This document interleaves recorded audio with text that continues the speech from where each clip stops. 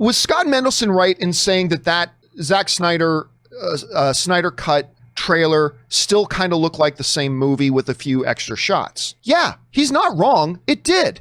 Okay, it did. Like, great, we got a few second shot of Darkseid. Okay, and a few shots we didn't see, but then we also saw a lot of shot that was in the movie. It did feel like the same movie. I am a clown.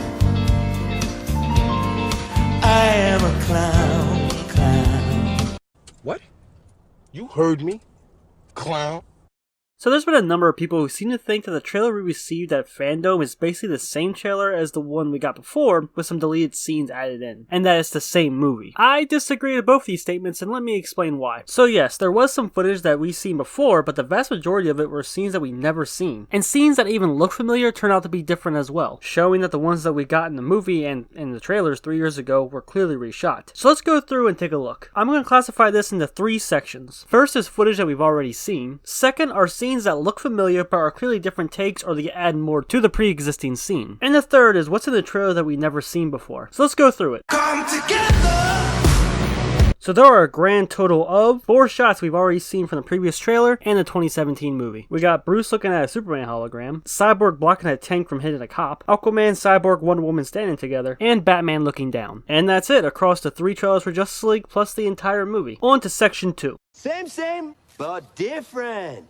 Now these are scenes and shots that we saw in the previous trailers or from the 2017 movie, but they're either alternate takes from what we got or they're longer and show more information. So let's go through these. So we get the Flash breaking glass like before, but now we get to see him save a girl, and clearly this looks like it's setting up a relationship. We see Cyborg in pain, but now we see that he isn't alone and he is actually with the Flash. Aquaman is talking to Myra, but he leaves differently and he leaves his armor and trident on the ground. Clark reunites with his mother back home, but his face looks normal, so clearly it's a different take. Instead of seeing a glimpse of Victor in his football uniform, we get to see him playing football. Instead of Steppenwolf hitting the ground, we see young Darkseid hitting the ground. We see a different angle of the team standing together, and Superman is in his black suit and there's no weird plants around them. We see Steppenwolf's arrival, but we get to see his original design. And that'll do it for scenes that look similar but are different, either being the original take as opposed to the reshoots, or the scenes are longer and show more information.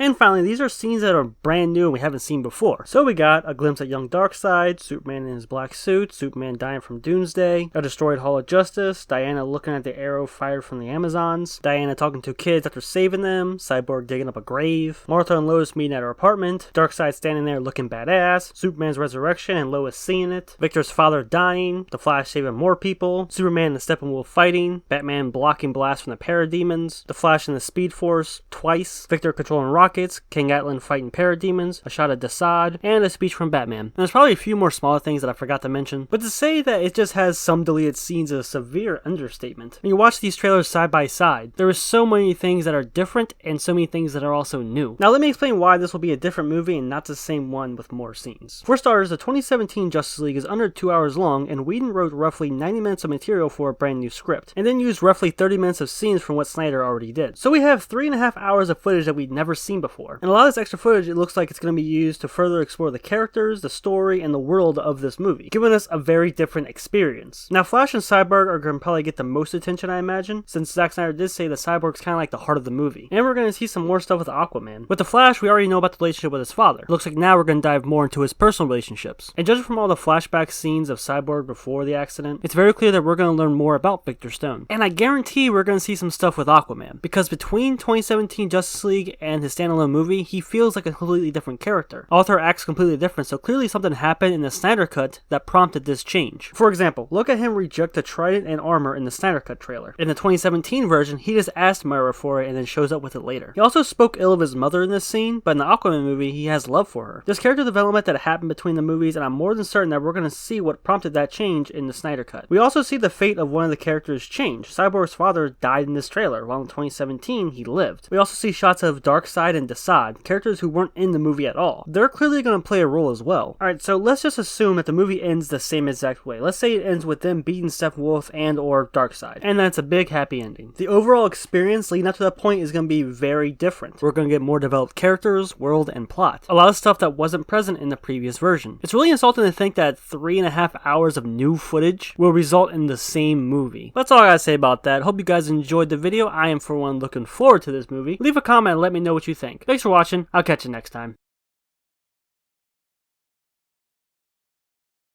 You stupid.